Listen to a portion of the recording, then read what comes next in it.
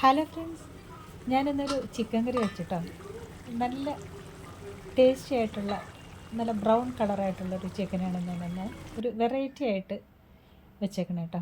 അത് ഞാൻ എങ്ങനെയാണെന്ന് കാണിച്ചു തരാവേ. അപ്പോൾ ഒരു ഉരുളി, ഇൻഡാലിയത്തിൻ്റെ ഉരുളിയാണ്, അത് അടുപ്പത്ത് വെച്ചിട്ട് വെളിച്ചെണ്ണ ഒഴിച്ചിട്ട് ഈ പൊടികളൊക്കെ അങ്ങ് മൂപ്പിച്ചെടുക്കുകയാണ് ചെയ്തേട്ടോ.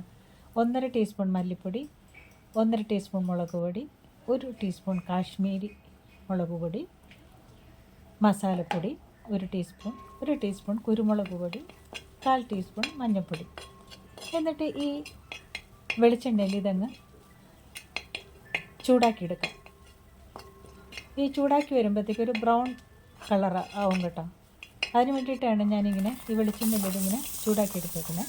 പിന്നെ 2 സവാള, വലിയ സവാള അരിഞ്ഞ് വെച്ചിട്ടുണ്ട്, ചെറുതായിട്ട് അരിഞ്ഞ് വെച്ചിട്ടുണ്ട്. അതും കൂടി ഇട്ടതിന് ശേഷം ഇഞ്ചിയും വെളുത്തുള്ളിയും ചതച്ച് വെച്ചിട്ടുണ്ട്, അതും കൂടി ഇട്ടൊന്ന് ഇളക്കി എടുത്തതിന് ശേഷം ഇതിനകത്ത് ഞാനൊരു തക്കാളി ചേർക്കുന്നുണ്ട് കേട്ടോ. ഇപ്പോൾ തന്നെ അതിൻ്റെ ഒരു കളർ കണ്ടോ, ബ്രൗൺ കളറായി. അത് കിട്ടാൻ വേണ്ടിയിട്ടാണ് ഈ വെളിച്ചെണ്ണയിൽ മൂപ്പിച്ചെടുത്തേട്ടോ. ഒരു പഴുത്ത തക്കാളി ചെറുത് ഇട്ടിട്ടുണ്ട്, ഒരു 3-4 പച്ചമുളക് പൊട്ടിച്ചിട്ടിട്ടുണ്ട്.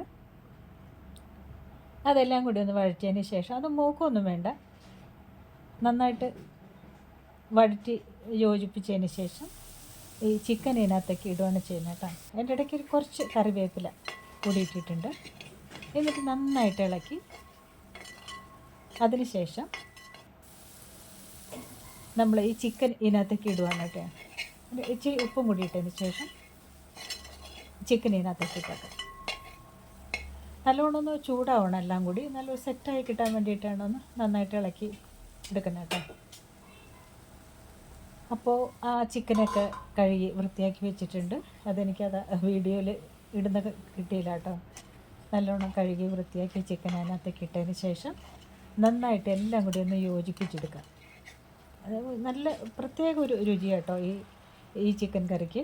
എല്ലാം കൂടി ഒന്ന് യോജിപ്പിച്ചതിന് ശേഷം ഈ ചൂട് വെള്ളമുണ്ടല്ലോ, അത് 1 ഗ്ലാസ് ഒഴിച്ചിട്ട് ആവശ്യമനുസരിച്ച് നന്നായി ഇളക്കി അടച്ച് വെച്ച് വേവിച്ചെടുക്കുക. ബ്രോയിലർ ചിക്കൻ ആയതുകൊണ്ട് പെട്ടെന്ന് അധികം വേവില്ല, പെട്ടെന്ന് വെന്ത് കിട്ടും. അപ്പോൾ ഏകദേശം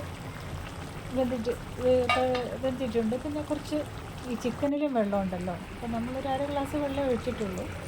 അപ്പോൾ ഒന്നും കൂടി ഒന്ന് ആ വെള്ളം ഒന്ന് വറ്റിച്ചെടുക്കണം.